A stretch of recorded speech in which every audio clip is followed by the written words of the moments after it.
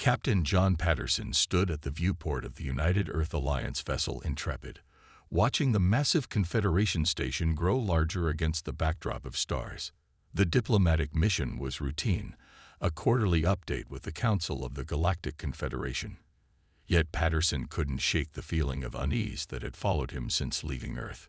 "Captain, we're cleared for docking," said Lieutenant Grace Wilson from her station. "The Confederation welcomes the human delegation." Patterson nodded. "Take us in, Lieutenant." Standard approach. The Intrepid glided toward the gleaming station, a marvel of alien engineering that housed representatives from the 7 advanced species that formed the Galactic Confederation. For 2 decades, humanity had been trying to earn full membership, but they were still considered too young, too unpredictable by the races that had maintained peace for centuries. 6 hours later, Patterson sat at the grand conference table alongside his diplomatic officer, Commander Susan Kelly. The alien delegates towered around them: the crystalline Axorians, the 4-armed Ventari, the gaseous Meridians contained in their environment suits. At the head of the table sat Zorax, an elder of the squid-like Lorian, his skin shifting colors as he spoke. "The human delegation brings favorable trade reports," Zorax said, his translator converting the clicks and whistles into English. "Yet we remain concerned about your military capabilities." Commander Kelly leaned forward. "As we've explained many times, our defensive fleet exists only to—" The station alarm cut her off, a piercing wail that made the Ventari cover their sensitive ears. "Unidentified vessels entering the system," announced the station's eye. "Count exceeds 200 ships. They are not responding to communication attempts." The room erupted in chatter. Patterson tapped his comm link. "Intrepid, report." "Captain, we're picking up massive energy signatures," his first officer responded, voice tense. "Configuration unknown. They're deploying in attack formation." The viewport at the end of the chamber switched to a tactical display. Patterson felt his blood run cold. Hundreds of black, angular ships moved with perfect coordination, spreading out to surround the station. "The Voidborn," whispered Zorax, his skin turning ash gray. "They have returned." "Who?"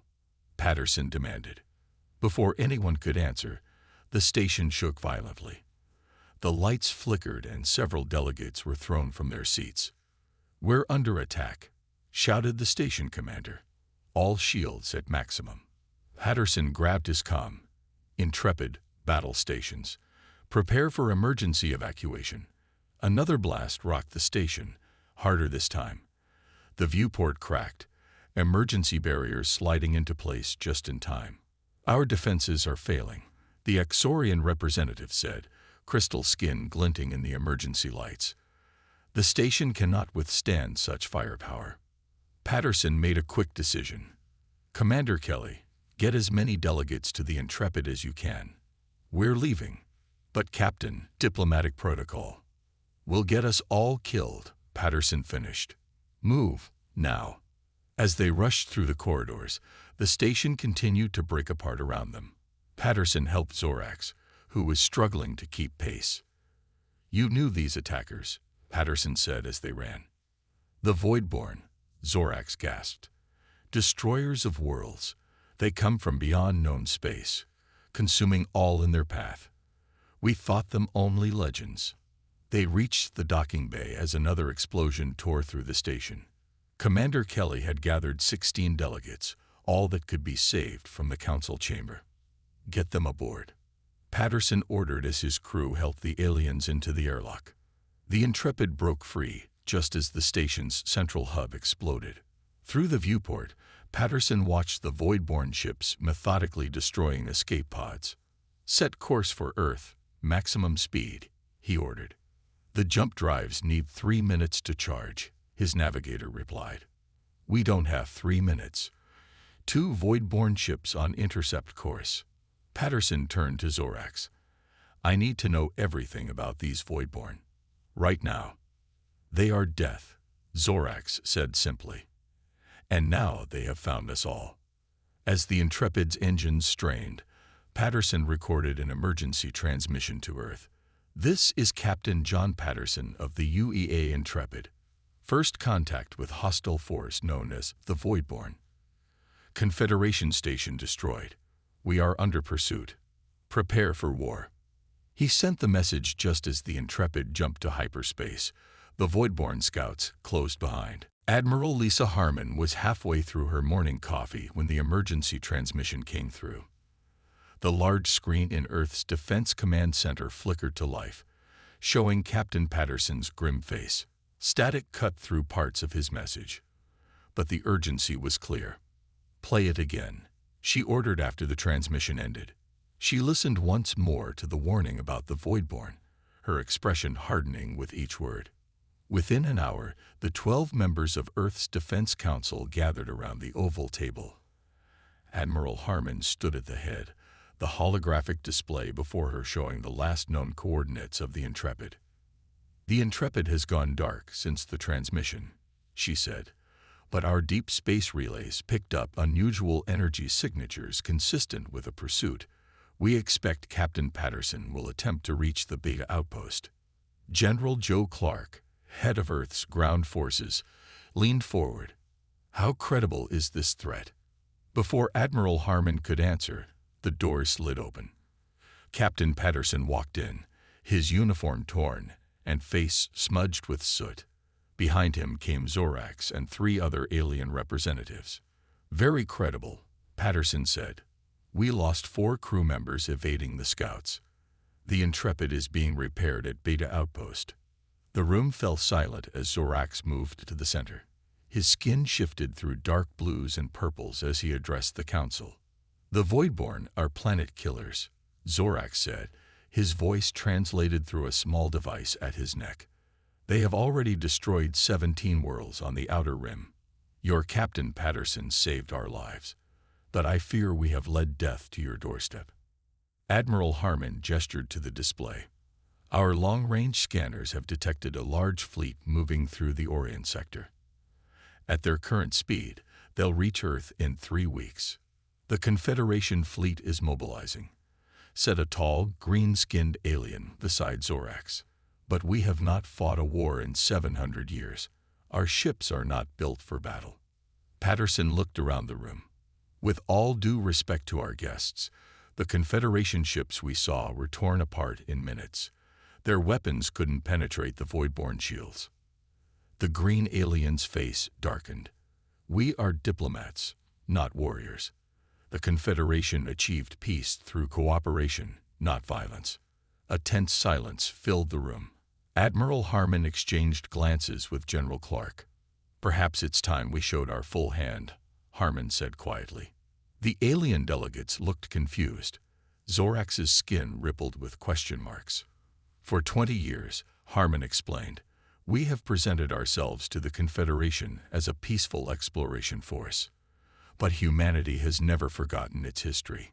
She tapped on the display, and the image changed to show a massive shipyard hidden in Earth's orbit, shielded from conventional sensors. Dozens of warships sat in darkness, their weapon systems clearly visible.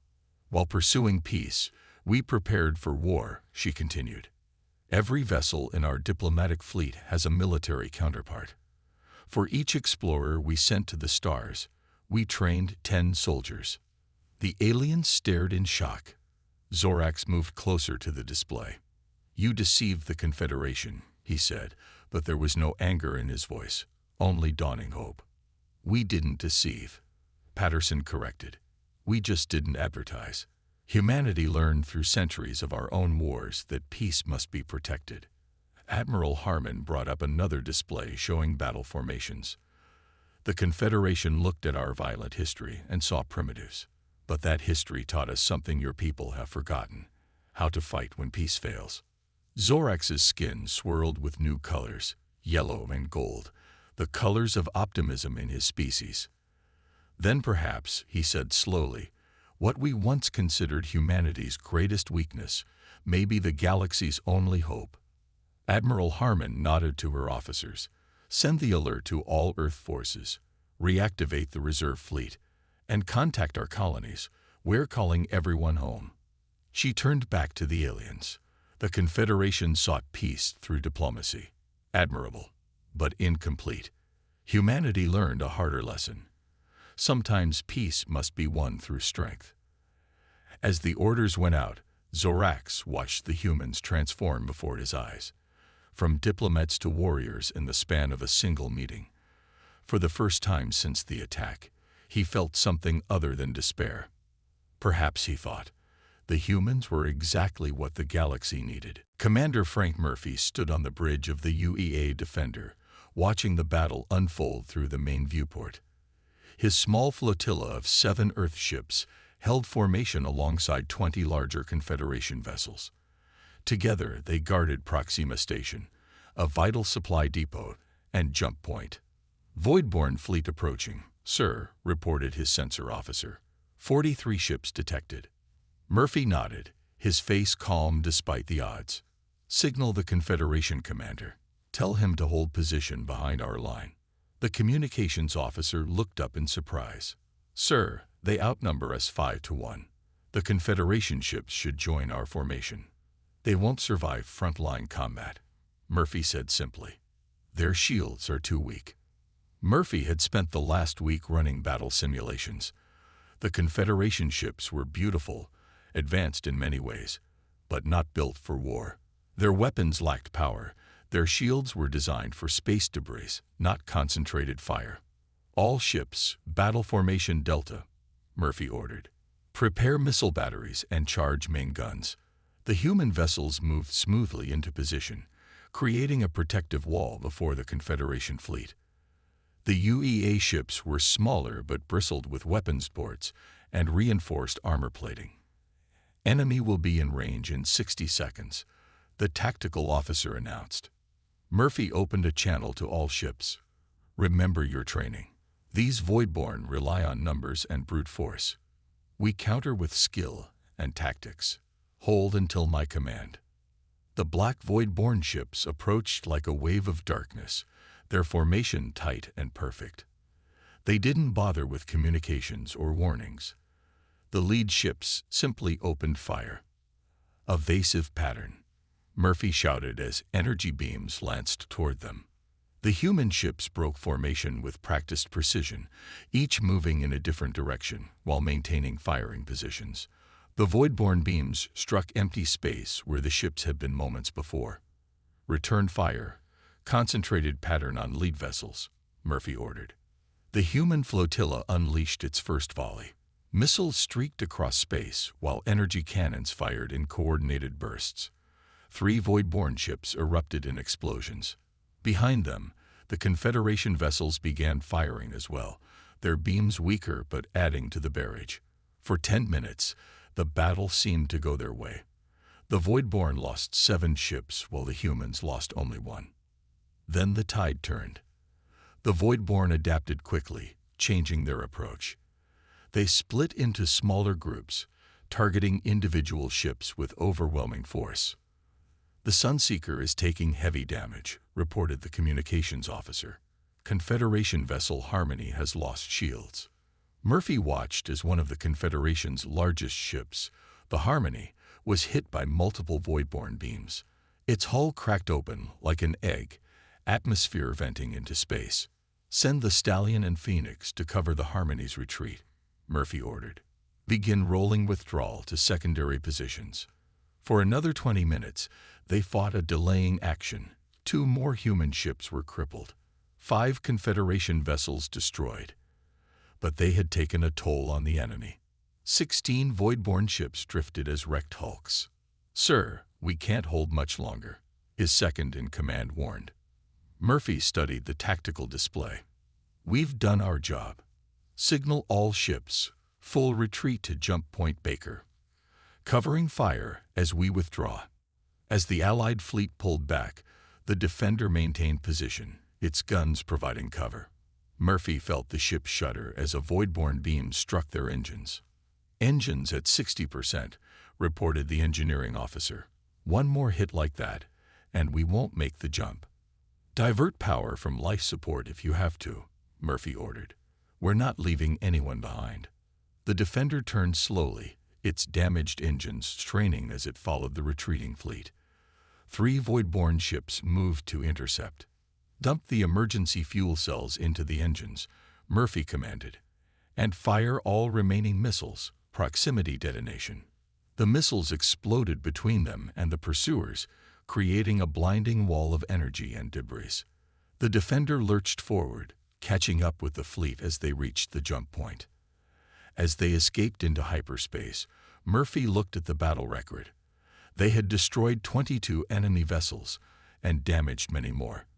But it wasn't a victory, merely a successful delaying action. "Send word to Admiral Harmon," he said quietly. "Conventional tactics won't be enough. We need the Ghost Fleet." Deep in the asteroid belt of Sol system, Chief Engineer Kate Daniels floated in zero gravity, her magnetic boots deactivated as she inspected the massive hull before her. The ship stretched nearly 2 miles long, its dark metal surface absorbing the dim light of the distant sun. No name was visible on the hull anymore, only a designation: DX-117. "How long has it been dormant?" asked Zorax, who watched from a safe distance, his environment suit allowing him to float nearby. 23 years, Kate replied, running her gloved hand along the cold metal. The Ghost Fleet was sealed away after the Unification Wars, a symbol of humanity's commitment to peace. Zorax's skin shifted to a thoughtful blue within his transparent helmet. "Yet you kept them." Kate pushed off the hull, drifting back toward the observation platform where her team waited. "We hoped never to need them again," she said, "but we're not fools." The storage facility, carved into a large asteroid, housed 12 massive warships, planet crackers, dreadnoughts, and stealth destroyers. Each was a relic of humanity's darkest hours, when Earth's nations had nearly destroyed themselves before finally uniting. Kate landed on the platform and activated her comm. "Admiral Harmon, this is Daniels. Initial inspection complete. The Ghost Fleet is intact, but will need at least 10 days to bring online." "You have 5 days," came the reply. "The Voidborn have taken Outpost Zeta. They're moving faster than we predicted." Kate looked at her team of 50 engineers and technicians. "You heard the Admiral. We work in shifts, no breaks. Team 1, start with life support systems. Team 2, weapons calibration. Team 3, engine restart protocols." As her team dispersed, Kate turned to face the largest ship in the facility.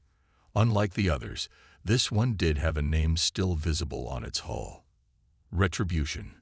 It was the flagship of the Ghost Fleet, the most destructive vessel ever built by human hands. "We need the best to command these ships," Kate said to her assistant. "Contact Admiral Carter." "William Carter, but he retired years ago." "Iron Bill is the only one who ever commanded the Retribution in battle," Kate replied. "If we're bringing back the Ghost Fleet, we need him at the helm." Far from the asteroid belt, Captain John Patterson stood on the bridge of his new command, the stealth destroyer Valiant. The ship was smaller than the Intrepid but packed with weapons and advanced cloaking technology. "Systems check complete," Captain reported his new first officer. "All weapons operational." Patterson nodded. "Begin undocking procedure. We launch in 10 minutes. Commander Susan Kelly approached him, datapad in hand. "Our orders are confirmed. We're to conduct reconnaissance behind Voidborn lines. Admiral Harmon wants information on their fleet movements and, if possible, their command structure." "A suicide mission," Patterson said quietly. "Perhaps," Kelly agreed, "but we need to buy time for the Ghost Fleet to mobilize." Patterson looked around at his crew, all volunteers who knew the risks. "Then we'll give them that time." In the main briefing room of Earth Command, Admiral Harmon met with the Confederation representatives. Reports from the front lines played on screens around them. The fall of 3 Confederation worlds, millions dead or captured. "Your Ghost Fleet," said a tall bird-like alien diplomat. "What makes it different from the ships already fighting?" Admiral Harmon brought up a classified file on the main display. The aliens gasped as they saw the specifications of the Retribution. The ships you've seen so far are our peacetime fleet, Harmon explained. The Ghost Fleet was built for total war. The Retribution alone carries enough firepower to crack a small moon. Zorax, who had just returned from the asteroid base, addressed his fellow aliens. I have seen these vessels. They are, he searched for the right word, terrifying. And that's exactly why we locked them away, Harmon said. Humanity nearly destroyed itself before learning restraint. But against the Voidborn, restraint may be a luxury we can no longer afford. On a secure channel, a message came through. The aged but still commanding face of Admiral William Carter appeared on screen. Reporting as ordered, Admiral Harmon, he said, his voice gravelly from years of disuse. The old warhorse is ready for one more ride. Harmon nodded solemnly. Welcome back, Iron Bill. The Retribution awaits her captain. Lieutenant Amy Rodriguez hunched over her workstation in the dimly lit intelligence center of Earth Command. For 3 days straight, she had analyzed data from the Voidborn communications that Captain Patterson's team had intercepted. Her eyes burned from lack of sleep, but she refused to stop. You need rest, said Kelnar, a blue-skinned Exorian scientist who worked alongside her. His crystalline hands moved gracefully over the alien interface he had built to help decode the signals. Not yet, Amy replied, rubbing her eyes. There's a pattern here. I can feel it. The door slid open and Admiral Harmon walked in, followed by Zorax. They came to stand behind Amy's chair. Any progress, Lieutenant? Harmon asked. Amy straightened in her seat. Yes, Admiral. The Voidborn don't communicate like we do. They use a form of quantum entanglement, a hive mind. She brought up a visual display showing pulsing connections between Voidborn ships. Each ship is connected to every other ship instantly, no matter the distance. That explains their perfect coordination, Zorax observed, his skin rippling with interest. But here's the important part, Amy continued, highlighting a larger signal node. There's a central consciousness, a queen or commander, that directs the hive. And we've located it. Admiral Harmon leaned closer to the display. Where? A massive ship at the center of their fleet. It never engages in battle directly. Harmon's eyes narrowed as she studied the data. Can we disrupt this hivement? Kelnar stepped forward. Theoretically, yes. If we could introduce a specific frequency pattern into their network, it might cause temporary confusion, break their coordination. How temporary? Harmon asked. Minutes, perhaps, Amy answered. But in battle, minutes could be enough. Admiral Harmon nodded slowly. Good work, both of you. Keep developing this. She turned to leave, then paused. And Lieutenant, get some sleep. That's an order. In Earth's largest shipyard, preparations continued at a frantic pace. Civilian factories had been converted to produce weapons and ship components. Workers labored around the clock, their faces grim but determined. Major Paul Jackson walked through rows of soldiers training with new equipment designed specifically to combat the Voidborn. As head of special operations, he had been tasked with assembling a team for the most dangerous mission of the war. Your team will infiltrate the Voidborn command vessel, Admiral Harmon had told him earlier that day. Plant the disruption device Lieutenant Rodriguez is developing. Then get out. Simple in theory, nearly impossible in practice. Jackson had merely nodded. We'll get it done, Admiral. Now he watched as his chosen soldiers, 20 of Earth's best, practiced breaching techniques on a mock-up of Voidborn ship architecture based on Captain Patterson's reconnaissance data. Faster, he called out as they reset for another attempt. The Voidborn won't give you time to think. In orbit around Earth, Admiral William Carter walked the bridge of the Retribution for the first time in over 2 decades. The massive ship hummed with power as final systems came online. Engineers and crew members rushed about, preparing the dreadnought for battle. Status report, Carter demanded, his voice commanding instant respect despite his advanced age. Engines at 90%, Admiral, replied his first officer. Weapons systems fully operational. Shields at maximum capacity. Carter nodded, satisfaction briefly crossing his weathered face. He had hoped never to stand on this bridge again. The Retribution had been built for one purpose only: to end wars by making their cost too terrible to bear. "Signal the fleet," he ordered. "All Ghost Fleet vessels report readiness." On the main display, reports began flowing in from the other ships. The Devastator, the Nemesis, the Reckoning. Names chosen to inspire fear, now humanity's best hope. Across the solar system, millions watched as the Ghost Fleet awakened. On Earth, people gathered in public squares to watch the massive warships break orbit on view screens. Some cheered, others prayed. All understood what the activation of these terrible weapons meant. Humanity faced extinction. In her small apartment in Geneva, an old woman watched the broadcast, tears rolling down her cheeks. Her grandson, barely 5 years old, looked up at her. "Grandma, why are you crying?" he asked. "Because, child," she answered, "we built those ships hoping your generation would never see them fly." The Confederation homeworld of Sileria glowed blue-green in the darkness of space, its 3 moons forming a protective triangle around the planet. For thousands of years, it had been the center of peace and diplomacy in this sector of the galaxy. Now it was about to become a battlefield. The Confederation fleet formed a defensive line around the planet. 200 ships of various sizes and designs, representing all 7 species of the Alliance. They were beautiful vessels, their hulls adorned with symbols of unity and cooperation. But they were not warships. Admiral Len Voss of the Confederation stood on the bridge of their flagship, the Harmony's Light. The ship had been rebuilt after the earlier battle, but it still bore scars from the Voidborn attack. "The enemy approaches," his sensor officer reported. "Over 300 vessels detected." Admiral Voss straightened his uniform. "Send word to all ships.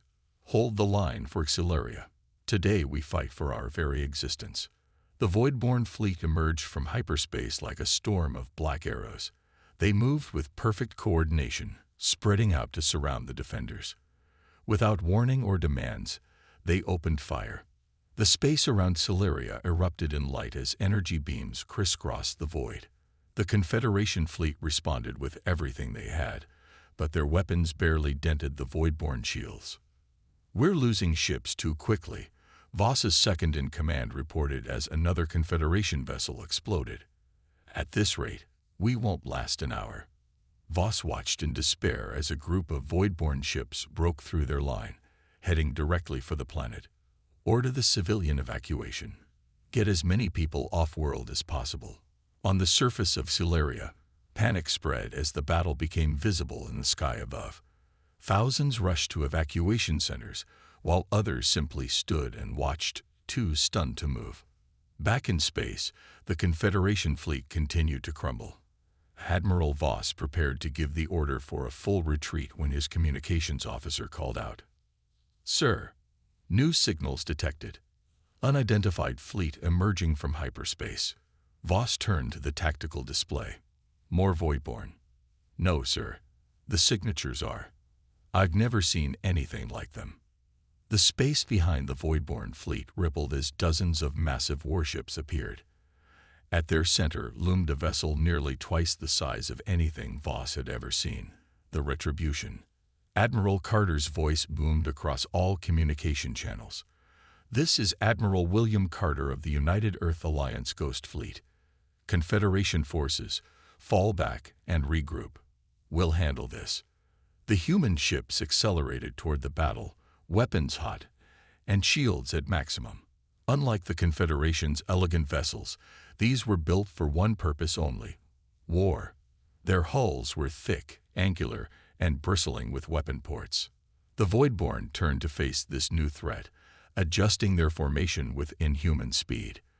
But for the first time, they seemed hesitant. "All Ghost Fleet vessels, engage at will," Carter ordered from the bridge of the Retribution. "Deploy countermeasures against their targeting systems." The human fleet broke formation, each ship attacking independently in what seemed like chaos to Voss. But as he watched, he realized there was method in their approach. The humans fought unpredictably, constantly changing tactics, making it impossible for the Voidborn hive mind to adapt. Captain Patterson led a squadron of smaller ships on a daring attack run through the Voidborn formation. His vessel, the Valiant, weaved between enemy ships, firing pinpoint shots at their vulnerable areas. Shield gaps detected in Sector 3. Patterson called to his squadron, "Focus fire and push through." Behind him, a special transport carrying Major Jackson and his team followed in the Valiant's wake. As Patterson's ships created a momentary breach in the Voidborn line, the transport slipped through, heading directly for the massive command ship at the center of the enemy fleet. Admiral Carter watched the battle unfold from the Retribution's command deck. The Ghost Fleet was inflicting serious damage, but the Voidborn still outnumbered them. He saw a group of enemy ships moving to trap the Confederation evacuation vessels.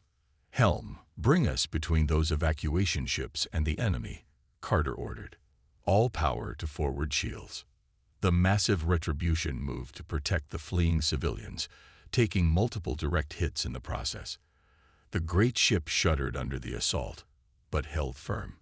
"Sir," his tactical officer reported, "continuing on this course will leave us exposed." Carter's expression didn't change. "Sometimes victory requires sacrifice, Lieutenant. Hold position." Just as the battle reached its most desperate point, space twisted and tore open once more. Through the rupture came the second wave of the Ghost Fleet, led by the massive UEA Judgment. The ship dwarfed even the Retribution, its hull black as night and shaped like a spear point. It moved with impossible speed for its size, energy crackling along its frame. Admiral Harmon stood on the command deck, her face illuminated by the tactical displays showing the chaos of battle. "Status of Admiral Carter's forces," she demanded. "The Retribution is taking heavy damage protecting the evacuation ships," her tactical officer reported. "3 Ghost Fleet vessels have been destroyed. 5 more heavily damaged." Harmon nodded grimly. "Signal all ships. Deploy gravity weapons. Authorization code Omega Black." Her weapons officer looked up in shock. "Admiral, those weapons have never been used in actual combat." "Then today will be their baptism by fire," Harmon replied. "The Voidborn have left us no choice." Throughout the Judgment and its escort ships, hidden weapon ports opened, revealing devices unlike anything seen before in space warfare. They didn't fire beams or projectiles. Instead, they emitted invisible fields that warped the very fabric of space-time. The effects were immediate and devastating. Voidborn ships caught in the gravity fields began to distort. Some compressed until their hulls cracked. Others stretched and tore apart. The perfect formation of the enemy fleet fell into disarray as ships tried to escape the invisible death. Inside the Voidborn command ship, Major Paul Jackson and his team fought through narrow corridors filled with strange machinery. The ship's interior was unlike anything human or Confederation designers would create. Organic-looking walls pulsed with energy, and the air itself seemed alive with crackling power. 2 minutes to target, Jackson said into his comm unit as his team took up defensive positions at a junction. 3 of his soldiers had already fallen to the ship's automated defenses. "Copy that, Major," Lieutenant Rodriguez's voice came through his earpiece. "The disruption device must be placed at the central node. Our scans show it's 50 meters ahead of your position." Jackson signaled his team forward. They moved carefully, weapons ready. The corridors had grown quieter, which worried him more than resistance. "It's too easy," his second-in-command whispered. They reached a massive chamber dominated by a pulsing crystal structure. Energy beams connected it to various points around the room, creating a 3-dimensional web of light. "That's it," Jackson said. "The hive mind control center." As they approached the crystal, the room's temperature dropped sharply. From shadowed alcoves emerged tall, thin figures, the first actual Voidborn they had seen. They moved with frightening speed, their bodies seemingly made of darkness itself. Defensive positions, Jackson shouted as his team opened fire. The battle was brief and brutal. The void-born creatures absorbed conventional weapons fire with minimal effect. 4 more soldiers fell before they adapted their weapons to a frequency that could harm the enemy. Jackson fought his way to the crystal, the disruption device clutched in his hand. A void-born creature lunged at him, its clawed hand slicing through his armor and into his side. Jackson gasped in pain, but kept moving, slamming the device against the crystal's surface. Device planted. He grunted into his comm. Activated now. Lieutenant Rodriguez, monitoring from the judgment, hit the activation command. The device pulsed once, twice, then emitted a wave of energy that spread through the crystal and out along the energy beams. Throughout the battle, the void-born ships suddenly faltered. Their perfect coordination vanished. Some stopped firing. Others began moving in random directions, colliding with each other. "It's working," Harmon exclaimed, watching the tactical display. "The hive mind is disrupted." All ships pressed the attack. The human fleet surged forward, targeting the confused enemy vessels. The Judgment moved directly toward the center of the void-born formation, its gravity weapons tearing apart any ship that came within range. On the Retribution, Admiral Carter saw the tide turning. Despite heavy damage to his ship, he ordered a final assault. "Push them back from the evacuation corridor," he commanded. "Show them the price of threatening humanity's allies." 3 days after the Battle of Sileria, the remaining void-born ships retreated to the edges of known space. Their once perfect formation was now a scattered collection of damaged vessels, fleeing at maximum speed. Without their hive mind to coordinate them, they had become disorganized and vulnerable. Captain John Patterson stood on the bridge of the Valiant, watching the tactical display as his ship led a pursuit force tracking the enemy retreat. "They're heading toward the Galactic Rim," his navigation officer reported. "Beyond our star charts." Patterson nodded. "Keep following at a safe distance. I want to know where they're running to." The Valiant and 5 other fast attack ships had been tasked with ensuring the Voidborn could never threaten civilized space again. After the victory at Sileria, Admiral Harmon had been clear. This was not just about winning a battle, but ending the war permanently. Back at Sileria, reconstruction had already begun. The planet had been saved, though many orbital facilities were destroyed. Human and Confederation ships worked side by side, clearing debris and establishing new defense platforms. In the main council chamber of the partially damaged Confederation headquarters, Admiral Harmon stood before representatives of all 7 species. "The Voidborn threat has been contained," she reported, "but not eliminated. We must remain vigilant." Zorax, now elevated to head elder due to his experiences with the humans, addressed the assembly. "For centuries, the Confederation has viewed humanity with suspicion due to their warrior nature. Today, we must acknowledge that this same nature saved us all." The chamber filled with the various sounds of alien agreement, clicks, whistles, and hums.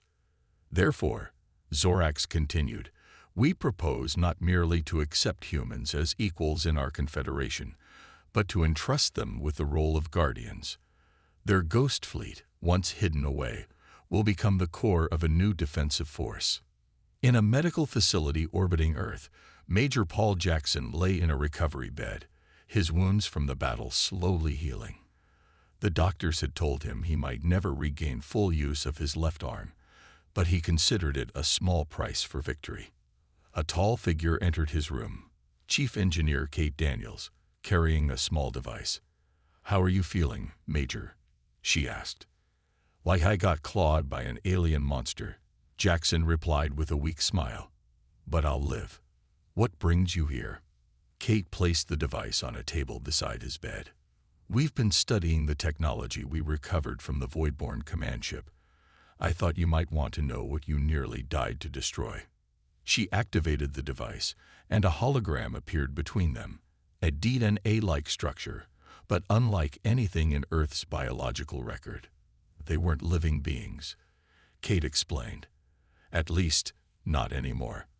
The Voidborn were biological machines created thousands of years ago by a species that disappeared long before the Confederation formed. Created for what purpose? Jackson asked. To cleanse the galaxy periodically, like a reset button.